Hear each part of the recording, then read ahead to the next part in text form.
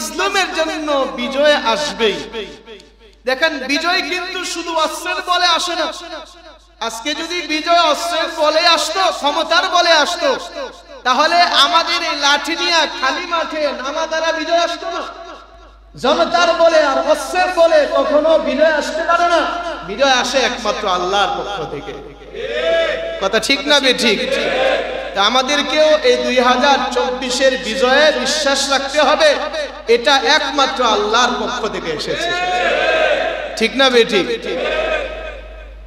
কোরআনের 110 নম্বর সূরা সূরাতুন নাসর। সূরাতুন নাসরের আমরা প্রথম 2টি আয়াত সম্পর্কে জানতেছিলাম, যে আয়াতের মূল কথা হলো মক্কার বিজয়, আর সেই সাথে আমাদের বাংলাদেশে 2024-এর বিজয়।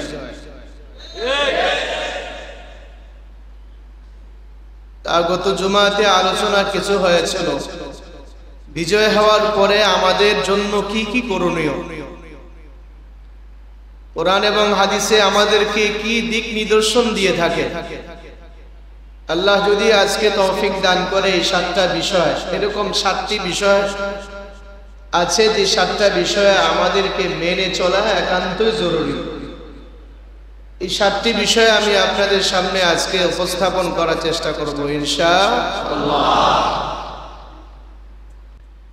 আল্লাহ পাক রব্বুল আলামিন সূরাতুল বাকারাতে, সূরাতুল বাকারার 249 নম্বর আয়াতের মধ্যে আল্লাহ পাক আমাদেরকে কি দিক নিদর্শন দিয়েছেন, আয়াতের শেষ দিকে আল্লাহ পাক আমাদেরকে বুঝাইতে চাইতেছেন। যদিও এই আয়াতটা একটা সম্প্রদায়কে লক্ষ্য করে, কিন্তু আল্লাহ তাআলা এই আয়াতের শিক্ষা কিয়ামতের আগ পর্যন্ত প্রত্যেক যুগের মানুষের জন্য আল্লাহ তাআলা নির্ধারণ করেছেন। আল্লাহ পাক রব্বুল আলামিন বলেন, আল্লাযীনা ইয়াযুন্নুনা আন্নাহুম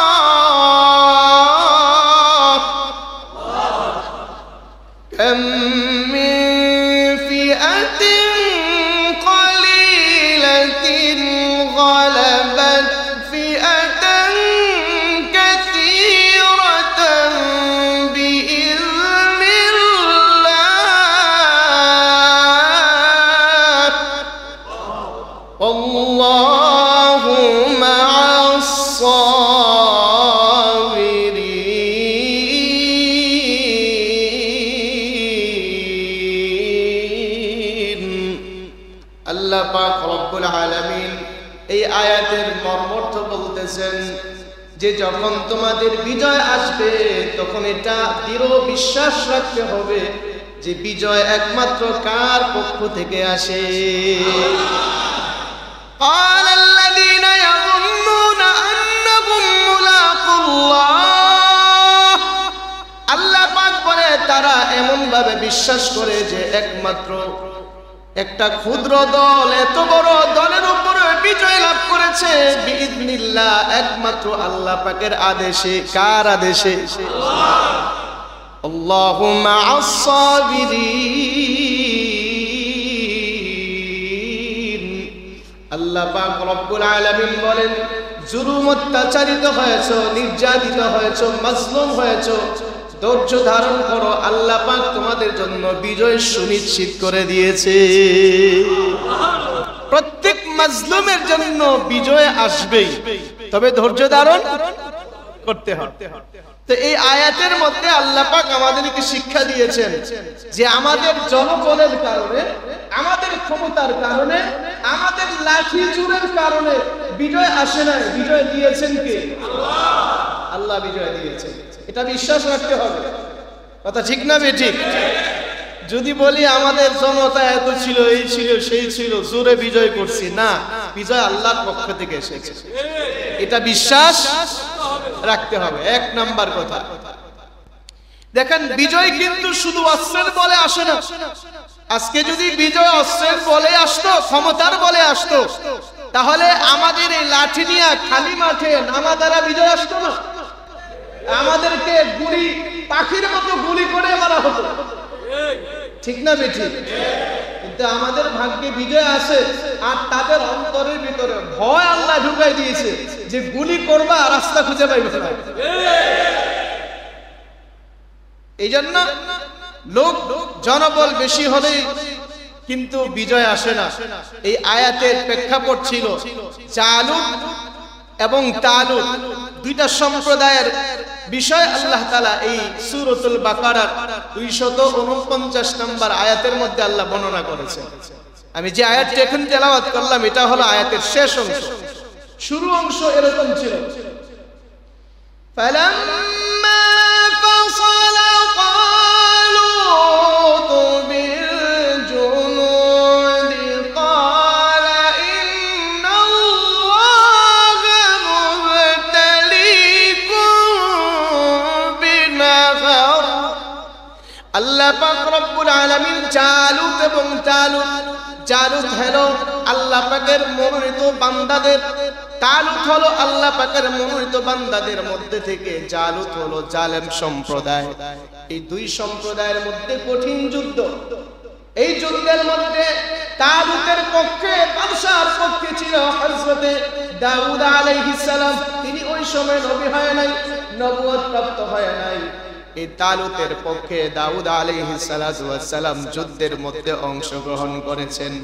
আর জালেম বাদশা ছিল জালুত। এই দুই সম্প্রদায়ের মধ্যে কঠিন যুদ্ধ।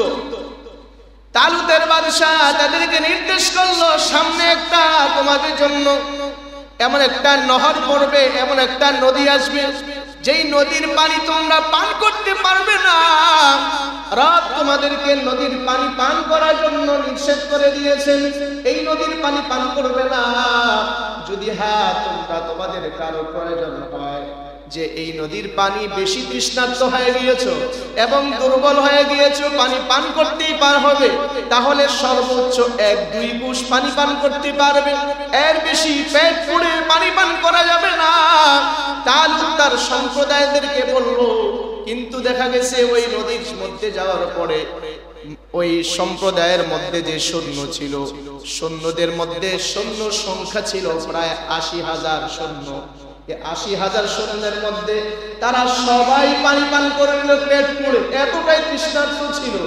রবের কথা, তাদের আদেশ, এটা তারা ভুলে গিয়েছিল, কারো ভুল জানা সত্ত্বেও পানি পান করে নিয়েছিল। কিন্তু কিছু কিছু আল্লাহ পাকের বিশেষ কিছু বান্দা আছে, তাদের সংখ্যা খুবই কম, মাত্র 313 জন। সুবহানাল্লাহ। কত সংখ্যা? 313 জন। তারা মাত্র এই 1-2 মুষ্টি পানি পান করেছিল। এরপরে তারা সামনে অগ্রসর হলো, আর যারা পেট করে পানি পান করেছে তারা নদী পার হয়ে এবার তাদের উযর আপত্তি পেশ করতে লাগলো যে আমরা যুদ্ধে অংশগ্রহণ করতে পারবো না, আমাদের জনসংখ্যা খুবই কম। এত বিশাল জনসংখ্যার সাথে মাত্র 80,000 জনসংখ্যা, যুদ্ধে যদি সংঘাতে লেগে যায় তাহলে আমাদের কখনো বিজয় আসবে না, আমরা পরাজিত হব, এর চেয়ে ভালো যুদ্ধ রাইখা পলায়া যাই।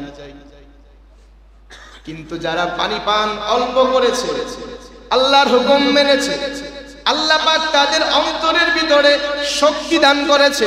তারা একই বাক্যে বলেছে যে আমাদের কারো কোনো ক্ষমতা নাই যুদ্ধে অংশগ্রহণ করে বিজয় আনার, বিজয় তো আল্লাহর হাতে। বিজয় কার হাতে?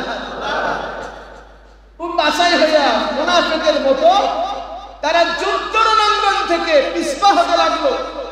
আর অপর দিকে মাত্র 80,000 থেকে 313 জন রয়ে গেল যুদ্ধের জন্য। অপর দিকে শত্রুপক্ষ লক্ষ লক্ষ, 313 জন লক্ষ লক্ষ বাহিনীর সাথে যুদ্ধ করবে। ঠিক এই জালুত এবং তালুতের যুদ্ধের যে কঠিন অবস্থা ছিল, তালুতের সংখ্যা ছিল মাত্র 313 জন, বদরি কাফেলাও ছিল 313 জন। সুবহানাল্লাহ বলবেন না? বদরি কাফেলা যুদ্ধ করতে যায় নাই, তাদেরকে বাধা দিতে গিয়েছিল। আর অপর পক্ষ কাফের মক্কার কাফেরগণ তারা যুদ্ধ বাঁধিয়ে দিয়েছে এবং তারা 1000-এরও বেশি ছিল, সশস্ত্র বাহিনী ছিল, সবার সাথে যুদ্ধ করার মতো অস্ত্র ছিল এবং যানবাহনও ছিল। কিন্তু 313 জন সাহাবীর সাথে যুদ্ধের অস্ত্র ছিল না, মাত্র কয়েকজনের সাথে ডাল এবং তলোয়ার ছিল, অল্প কিছু মাত্র তীর ছিল। কিন্তু যেহেতু তারা যুদ্ধ বাধাই দিবে, এজন্য তারা চিন্তা করলো যে আমরা মুসলমান, আমরা এক আল্লাহর উপর বিশ্বাস করি, আমরা কোন ক্ষমতার উপরে, অস্ত্রের উপরে আমরা বিশ্বাস করি না, আমরা একমাত্র আল্লাহর উপর বিশ্বাস করি।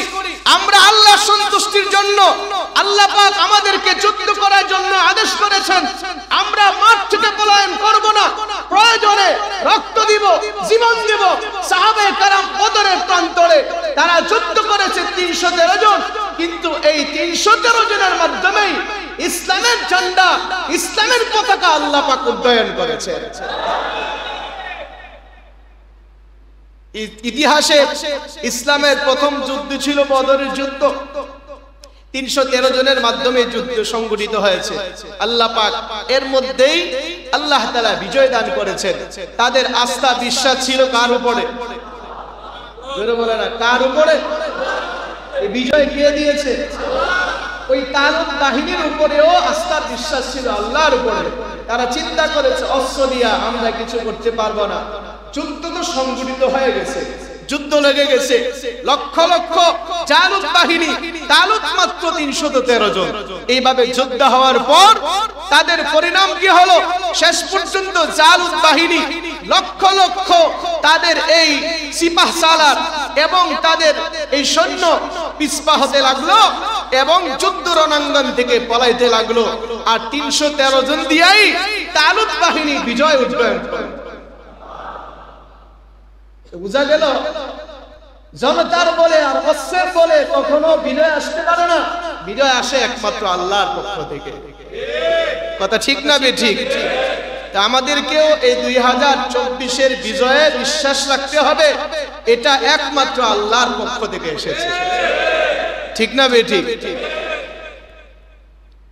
মুহতারাম হাজিরিন, এটা হলো প্রথম চিন্তা যে একমাত্র আল্লাহ পাকের পক্ষ থেকে বিজয় এসেছে, এই বিশ্বাস রাখতে হবে। দ্বিতীয় নাম্বার হলো বিজয় আসার পরে হাসি উল্লাস তামাশা করার জন্য না, বিজয় আসার পরে কি করতে হবে? আল্লাহ পাক সূরাতুন নাসরের 3 নম্বর আয়াতে আল্লাহ তাআলা আমাদেরকে শিক্ষা দিয়েছেন যে বিজয় আসলে তোমরা কি করবা। রাসূলুল্লাহকে সূরা নাসরের 3 নম্বর আয়াতের মধ্যে শিক্ষা দিয়েছেন, ও পয়গম্বর, মক্কার দেখবেন মুসলমানদের পক্ষে, দ্বীনের পক্ষে দলে দলে মানুষ ইসলাম ধর্ম গ্রহণ করবে। আর যখন আপনি দৃশ্য দেখতে থাকবেন তখন আপনি কি করবেন? আল্লাহ পাক কোরআনের মধ্যে বর্ণনা করেছেন, فسبح بحمد ربك واستغفره إنه كان توابا। আল্লাহ পাক রব্বুল আলামিন বলেন فسبح بحمد ربك, ও পয়গম্বর আপনি আপনার রবের নামে প্রশংসা করেন, তাসবিহ তাহলিলিয়াত পাঠ করেন, ওয়াস্তাগফিরহু এবং আল্লাহ পাকের দরবারে আপনি ইস্তেগফার করেন। এখানে একটা তাফসীর, ছোটখাটো একটা তাফসীর আপনাদেরকে বলতে চাই। ওয়াস্তাগফিরহু আল্লাহর পয়গম্বরকে ইস্তিগফার করার জন্য কেন বলেছেন? অর্থাৎ পয়গম্বরের তো সামনেরও গুনাহ নাই, পিছনেরও গুনাহ নাই।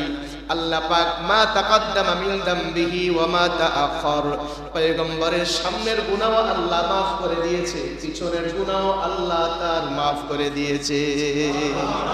পয়গম্বরদের কোনো গুনাহ নাই, সমস্ত নবীরা মাসুম নিষ্পাপ। আমার আপনার পয়গম্বরকে আল্লাহ maaf করে দিয়েছে। এরপরেও সূরাতুন নাসরের 3 নম্বর আয়াতের মধ্যে আল্লাহ বলতেছেন, ও পয়গম্বর আপনি আপনার রবের নামে প্রশংসা করেন, তাসবিহ তাহলিলিয়াত পাঠ করেন এবং রবের কাছে আপনি ইস্তেগফার করেন, তওবা করেন, maaf চান। এটার এই তওবা করেন, maaf চান, ইস্তেগফার করেন, এটার বলার কারণ কি? এটা পয়গম্বরের জন্য না, কারণ পয়গম্বর যদিও নিষ্পাপ কিন্তু পয়গম্বরের উম্মত গুনাহগার। পয়গম্বর তার উম্মতের জন্য আল্লাহ পাকের দরবারে গুনাহ মাফের জন্য দোয়া করার শিক্ষা আল্লাহ পাক দিয়েছে। এই জন্য পয়গম্বর তার উম্মতের জন্য সব সময় গুনাহ মাফ করার জন্য দোয়া করত। সুবহানাল্লাহ। এখান থেকে আমরা কি শিখলাম? বিজয় আসার পরে তাসবিহ তাহলিলিয়াত প্রশংসা কার নামে? তাসবিহ বিহামদি রাব্বিকা, রবের নামে প্রশংসা করেন, তাসবিহ পড়েন। এজন্য আমাদের বিজয় এসেছে। আমরা কি শুধু হাসি উল্লাস করব না, প্রশংসা করব? জোরে বলে না, কি করব?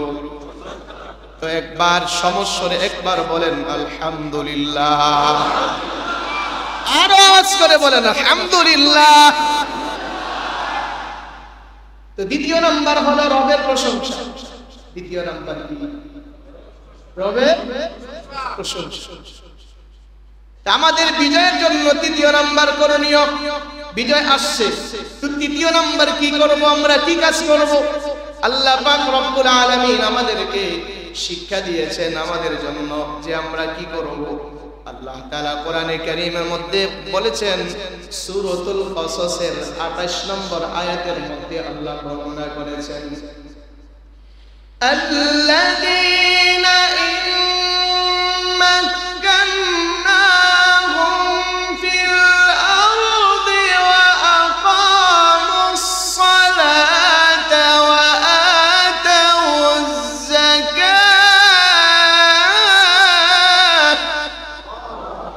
وأمروا بالمعروف ونهوا عن المنكر ولله عاقبة الأمور। আল্লাহ পাক রব্বুল আলামিন বলেন, যখন তোমাদের জমিনের ভিতরে বিজয় আসবে, জমিনের ভিতরে যখন বিজয় আসবে, আকামুস সালাহ, বিজয় আসার পরে তোমরা নামাজ আদায় করো। সুবহানাল্লাহ বলবেন না? বিজয় আসার পরে কি করতে বলছেন? রাস্তাঘাট বন্ধ করতে, আর দখল করতে, চাঁদাবাজি করতে, কথা কয় না? এতদিন একদল খাইছে, এখন আরেক দল খাইবে, এটা করতে বলছে? কি বলছে? আকামুস সালাহ, নামাজ আদায় করো। জমিনের যখন খেলাফত দেওয়া হবে, জমিনের যখন বিজয় দেওয়া হবে, আল্লাহ পাক বলেছেন আকামুস সালাহ, নামাজ আদায় করো, ওয়া আতাউজ যাকাত, যাকাত প্রদান করো। এখন যাকাত প্রদান করবে কি? যাকাত খাওয়ার আরো চিন্তা করো। ওয়া আমারু বিল মা'রুফ ওয়া নাহাউ আনিল মুনকার, আল্লাহ বলেছেন সৎ কাজের আদেশ, অসৎ কাজের নিষেধ করো। অর্থাৎ খারাপ কিছু দেখলে বাধা প্রদান করো।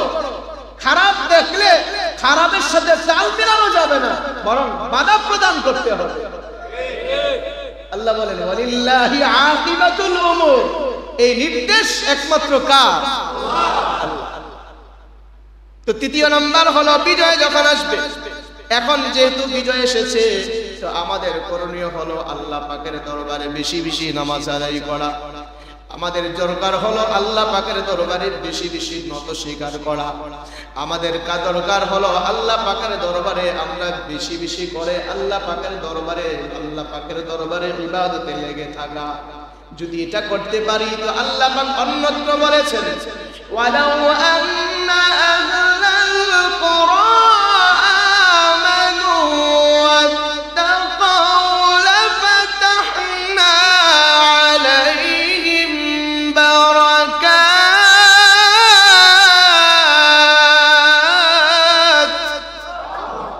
لفتحنا عليهم بركات من السماء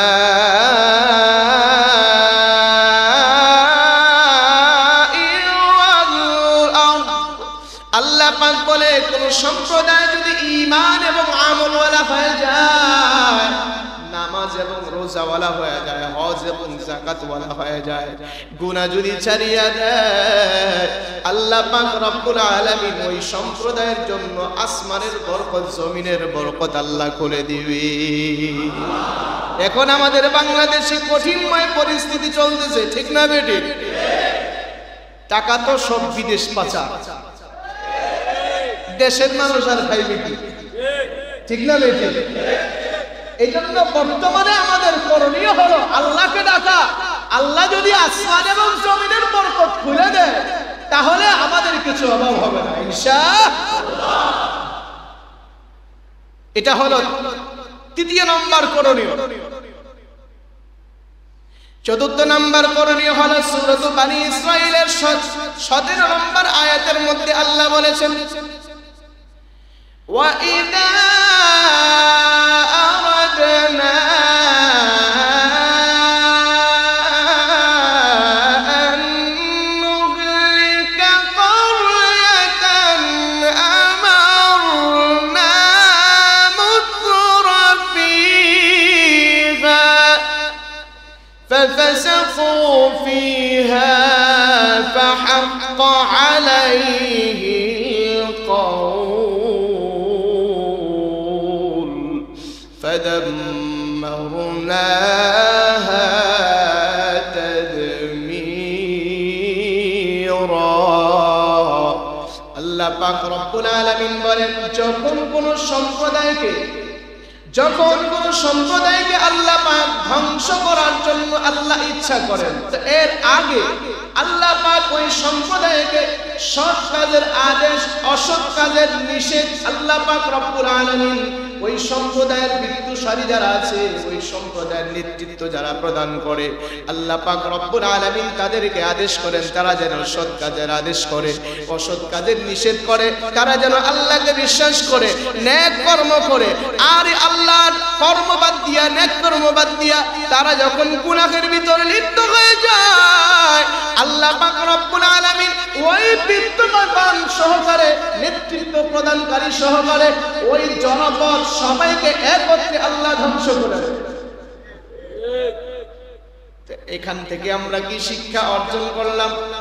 আল্লাহ পাকের হুকুম যেহেতু আমাদের জন্য আল্লাহ পাক রব্বুল আলামিন বিজয় দান করেছে, এই জন্য আমাদের এখন চাহিদা হলো, আমাদের এখন করণীয় হলো, যে এলাকার ভিতরে গুনাহের প্রভাব চলতেছে, গুনাহের জোয়ার চলতেছে, যে এলাকার ভিতরে ইয়াবা সেবন হয়, ফেন্সিডিল সেবন হয়, যে এলাকার ভিতরে দেখা যায় জেনায় আবাদ লিপ্ত হয়, যে এলাকার ভিতরে হারাম বেশি বেশি প্রচার হচ্ছে, ব্যাপকভাবে হচ্ছে, ওই এলাকা গিয়ে আগে গুনাহ বন্ধ করা, ঠিক না বে ঠিক? অথবা বর্তমানে যারা অন্তর্বর্তী সরকারের দায়িত্ব যারা হয়েছে তাদের জন্য করণীয় হলো যত গুনাহের পরিবেশ আছে, যত গুনাহের প্রতিষ্ঠান আছে সবগুলো এগুলো অবৈধ ঘোষণা কিনাগুলো বন্ধ করতে হবে। যদি এরকম করা যায় তাহলে আল্লাহ পাকের গজব থেকে বাঁচার আশঙ্কা আছে। আর যদি এরকম আমাদের আগের মতো চলতে থাকে, মনে রাখবেন আল্লাহ পাকের পক্ষ থেকে এমনভাবে ক্লেশ করবে, আল্লাহ পাকের আযাব থেকে বাঁচার জন্য কোনো উপায় থাকবে না। কথা ঠিক না বেঠিক? কোন সম্প্রদায়কে আল্লাহ আযাব দিলে একা দেয় না, 12 মানুষকে সহ দেয়। এই জন্য আযাব থেকে যদি বাঁচতে চাই তাহলে আমাদেরকে গুনাহ বর্জন করতে হবে। দেখেন, ইউরোপিয়ানের একটা দ্বীপের নাম হলো সাইপ্রাস, আরবিতে বলা হয় কুবরুস। এই দ্বীপটাকে হযরত ওমর ফারুক রাদিয়াল্লাহু আনহু শাসনকালে সাহাবীদের একটা টিম ওই জায়গাতে গিয়া 28 হিজরি সনের মধ্যে 28 হিজরিতে সাহাবায়ে কেরাম ওইখানে তারা নেতৃত্ব প্রদান করে, ওই দ্বীপটা তারা বিজয় করে। এই বিজয় যখন এসে গেছে, বিজয় এসে যাওয়ার পরে সাহাবায়ে কেরামের মধ্যে এখন কিছু কিছু সাহাবীরা আনন্দ করতে লাগলো, আনন্দ উৎফুল্ল লাফালাফি শুরু করে দিয়েছে। এক পর্যায়ে আনন্দ মিছিল হয়েছে, বর্তমানের ভাষায় বলা যায় আনন্দ মিছিল। এই আনন্দ মিছিল দেখা সাহাবীদের মধ্যে গুরুত্বপূর্ণ একজন সাহাবী, যার হাদিস বর্ণনা অসংখ্য এসেছে হাদিসের কিতাবে, আবু দারদা রাদিয়াল্লাহু আনহু, তিনি এই আনন্দ উল্লাস দেখা খুব কান্নাকাটি করা শুরু করছেন। সাহাবীদের মধ্যে নাওফল সাহাবীকে জিজ্ঞাসা করতেছে, হযরত আপনি এভাবে কাঁদছেন কেন? আমাদের তো এখন বিজয়, আমরা তো এখন আনন্দ করব, আপনি কাঁদতেছেন, এটা তো কেমন যেন লাগতেছে। আবু দারদা রাদিয়াল্লাহু আনহু বলতেছে, শোনো, আজকে এই যে সাইপ্রাসবাসী যারা ছিল তারা কিন্তু এই জমিনের ভিতরে খুব আনন্দ উল্লাস তামাশা করে চলত। এই আনন্দ উল্লাস তামাশা করার কারণে আল্লাহ তাআলা তাদেরকে এমন ভাবে নিমজ্জিত করে দিয়েছেন, যার পরে আজকে আমরা বিজয়ের পতাকা উড্ডয়ন করেছি। এখন তাদের আদর্শ যদি আমরাও বাস্তবায়ন করি, আমরাও করে যাই, তাদের মতো আমরাও যদি আনন্দ করি, রবের প্রশংসা না করে, রবের গোলামি না করে, রবের দরবারে নত স্বীকার না করে আমরা যদি আনন্দ করি, তো মনে রাখতে হবে আল্লাহ পাক আমাদেরকেও আবার খোদার রবের গজব দিয়া আমাদেরকে সাইপ্রাসবাসীদের মতো ধ্বংস করবে। এই জন্য আমি কাঁদতেছি। মুহতারাম হাজিরিন, এশিয়া মহাদেশের সবচেয়ে বড় জাস্টিস আল্লামা তাকি ওসমানী দামাত বারাকাতুহুল আলিয়া, তিনি ইউরোপের সাইপ্রাস যখন তিনি সফর করেছেন, তার সফর থেকে তিনি এটা সিদ্ধান্ত নিয়েছেন যে ঠিক ওই সাহাবী আবু দারদা রাদিয়াল্লাহু আনহুর যে আশঙ্কা ছিল যে আজকে এই আনন্দের কারণে আমাদের এই বিজয়ের এই সাইপ্রাস দ্বীপ এক সময় আমাদের হাতছাড়া হয়ে যাবে, এই ভয়ে আমি কাঁদতেছি। তিনি বলতেছেন, আমি নিজের চোখে দেখে এসেছি এই সাইপ্রাস এই দ্বীপটা দুই ভাগে বিভক্ত হয়েছে, একটা হলো তুর্কিদের মাঝে আর আরেকটা হলো গ্রিকদের মাঝে। গ্রিক আর তুর্কি দুই দল নিয়ে তারা একটা যুদ্ধের মধ্যে লিপ্ত ছিল দীর্ঘ বছর যাবত। তারা বলে এই দল, এই দ্বীপ হলো আমাদের, আর গ্রিকরা বলে এই দল আমাদের। এইভাবে তারা দীর্ঘ যাবত যুদ্ধ করার পরে শেষ পর্যায়ে জাতিসংঘ সমাধান দিয়েছে, অর্ধেক দ্বীপ হলো তুর্কিদের জন্য, অর্ধেক দ্বীপ হলো গ্রিকদের জন্য। ভাগ হয়ে গিয়েছে। এজন্য তাকি ওসমানী দামাত বারাকাতুহুম তিনি বলেন যে সেই আবু দারদার সে আশঙ্কা আজকে বাস্তবায়ন হয়েছে। আনন্দের ফলে আজকে মুসলমানদের থেকে সাইপ্রাসের অর্ধেক দ্বীপ হাতছাড়া হয়ে গিয়েছে। এই জন্য আমাদের বিজয় এসেছে, আলহামদুলিল্লাহ, আল্লাহর দরবারে শুকরিয়া আদায় করা দরকার। তা না করে আজকে দেখা যায় আমরা রাস্তার মধ্যে আনন্দ উল্লাস করে আজকে বিজয় মিছিল নামে বিভিন্ন তামাশা করে যাচ্ছি, এটা আমাদের জন্য মঙ্গল আসবে না। কথা ঠিক না বেঠিক? সুতরাং এই সমস্ত কর্মকাণ্ড বন্ধ করতে হবে। অনেকে দেখা যায় বেশি উৎসাহের কারণে বিভিন্ন কর্মকাণ্ডে লিপ্ত হচ্ছে, এগুলোও বন্ধ করতে হবে। এগুলো আমাদের মুসলমানদের করণীয় না। মুসলমানদের জন্য কি করণীয়? আল্লাহ পাক রব্বুল আলামিন এই আল্লাহ তাআলা অন্যত্র কোরআনের এক জায়গাতে আমাদেরকে শিক্ষা দিয়েছেন আমাদেরকে কি করতে হবে, এবং এটা আমাদের জন্য ৫ম নাম্বার করণীয়। আল্লাহ তাআলা কোরআনে কারীমের মধ্যে বলেন, تلك الدار الآخرة نجعلها للذين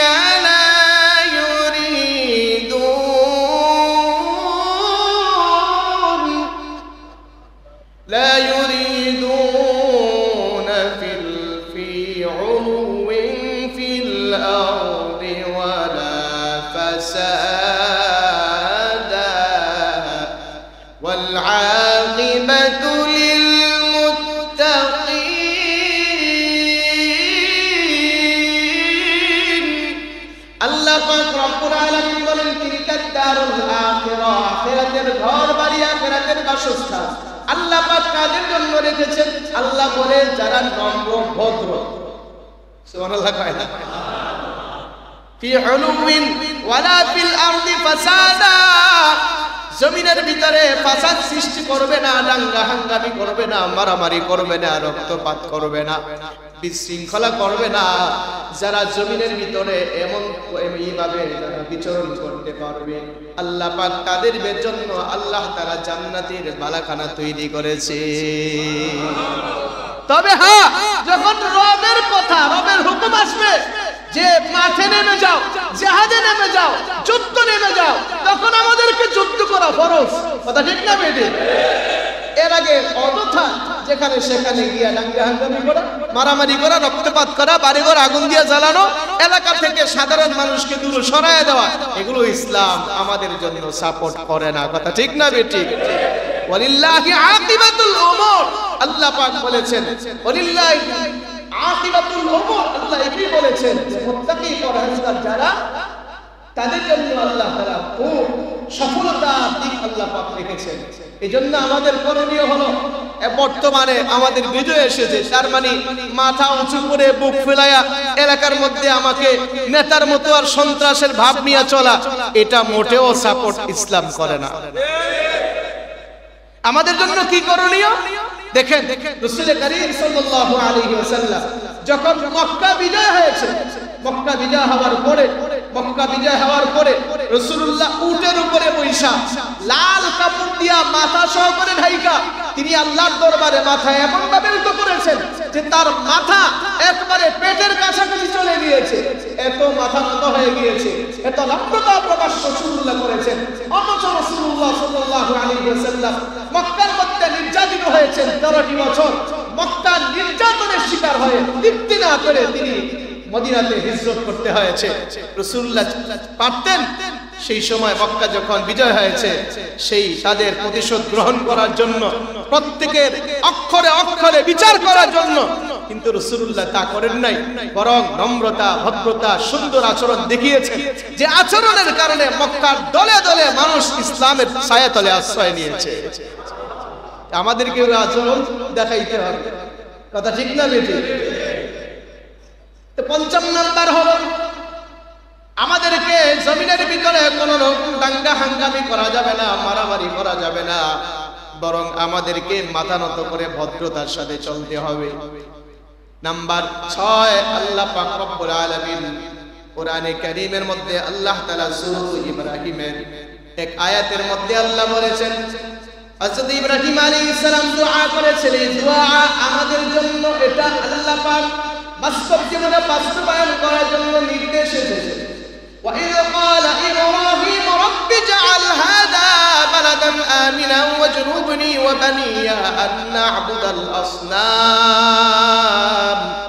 ইব্রাহিম আলাইহিস সালাতু ওয়াস সালাম যখন তিনি এই শহরের জন্য, মক্কা শহরের জন্য, ইব্রাহিম আলাইহিস সালাতু ওয়াস সালাম যখন তার শহর ছেড়ে চলে যায়, তার বাপ দাদার শহর ছেড়ে যখন চলে যায়, আল্লাহর দরবারে হাত উঠায় দোয়া করেছেন, আল্লাহ আমি তো এই মূর্তি পূজক আমার বাপ দাদাদেরকে রাইখা চলে যাইতেছি, আয় আল্লাহ এই শহরকে আপনি হেফাজত করেন, আয় আল্লাহ এই শহরের মানুষকে আপনি হেদায়েত দান করেন। ইব্রাহিম আলাইহিস সালাতু ওয়াস সালাম তার এই এলাকার জন্য, তার মাতৃভূমির জন্য দোয়া করেছেন। তো আমাদের জন্য করণীয় হলো, আমাদের দেশের জন্য, আমাদের মাতৃভূমির জন্য, আমাদের এই দেশের ইজ্জত সম্মান রক্ষার জন্য আল্লাহ পাকের দরবারে দোয়া করা, আয় আল্লাহ আমাদের দেশে আপনি বিশৃঙ্খলা উঠায় দেন, আমাদের দেশের মধ্যে আপনি শান্তি দান করেন, আমাদের দেশের মধ্যে আপনি দয়া দান করেন, আমাদের দেশের উপরে আপনি বরকত দান করেন। দেশের জন্য মায়া নিয়া, দরদ দিয়া নিয়া ইবাদতের মাঝে নামাজের পরে হাত উঠায়া দোয়া করবেন। যখনই দোয়া করবেন, দেশের জন্য একটু দোয়া করা, এটা আমাদের নাগরিকতার দায়িত্ব। কথা ঠিক না বেঠিক? নাম্বার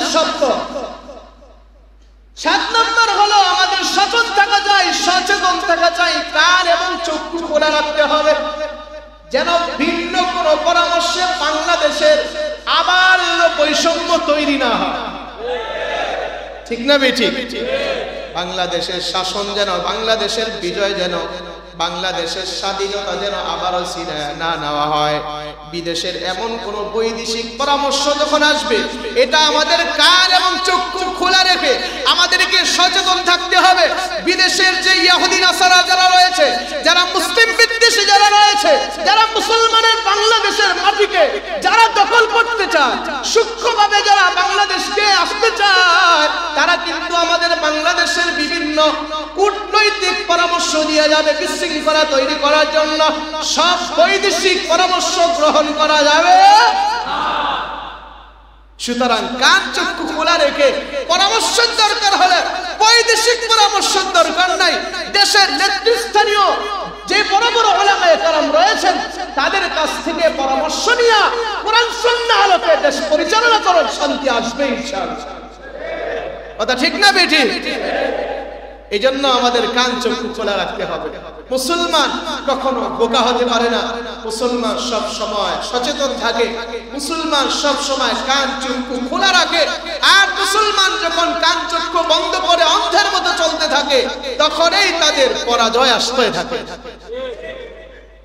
রাসূল করিম সাল্লাল্লাহু আলাইহি ওয়াসাল্লাম যুদ্ধের ময়দানে এক পাহাড়ের উপরে এক 50-এর মতো তীরন্দাজ বাহিনী একটা তীর তৈরি করে রাসূলুল্লাহ বলে দিয়েছিলেন, এই পাহাড় থেকে যতক্ষণ পর্যন্ত আমি নির্দেশ না করব ততক্ষণ পর্যন্ত তোমরা নামতে পারবে না। তখন সাহাবায়ে কেরাম দেখতেছে এক পর্যায়ে যুদ্ধ একবারে বিজয় হয়ে গিয়েছে, এখন সাহাবায়ে কেরাম গনিমতের মাল টুকাইতে শুরু করলো। যখন এই পরিস্থিতির মধ্যে দেখলো ওই পাহাড়ের কিছু সাহাবীরা 8-10 জন রাইখা বাকি সবাই গনিমতের মাল টুকাইতে চলে গেল। রাসূলুল্লাহর আদেশ ভঙ্গ করার কারণে কতটা কঠিন পরিস্থিতি তৈরি হয়েছে। ওই কাফের বিদিন তারা পাহাড়ের অপর দিকে ঘুরা পিছন দিকে এসে দেখে মাত্র 8-10 জন এদেরকে তীর নিক্ষেপ করে শহীদ করে দিয়া পিছন দিকে রাসূল সাল্লাল্লাহু আলাইহি ওয়াসাল্লাম সহ তার সাহাবায়ে কেরামকে আক্রমণ করেছে। ত্রিমুখী আন্দোলন, ত্রিমুখী আক্রমণ করার পর রাসূলুল্লাহ দান্দান মোবারক শহীদ হয়েছে, তার মাথা মোবারক শহীদ হয়েছে, অসংখ্য সাহাবায়ে কেরাম শহীদ হয়েছেন। এর কারণটা হলো তারা একটা চিন্তা করে নাই যে রাসূলুল্লাহর আদেশ, আমাদের গনিমতের মাল আগে না, রাসূলুল্লাহর নির্দেশ হলো আগে। কথা ঠিক না বেঠিক? এজন্য কান চক্ষু খোলা রাখতে হবে। আমরা সামনের দিকে শুধু তাকাইব না, সর্বদিক থেকে তাকায় থাকতে হবে। হইতে পারে শত্রু বাহিনী পিছন দিক থেকে আমাদেরকে আঘাত করবে। এজন্য মুসলমান কখনো কান চক্ষু খোলা না রেখা বন্ধ করে মুসলমান থাকতে পারে না।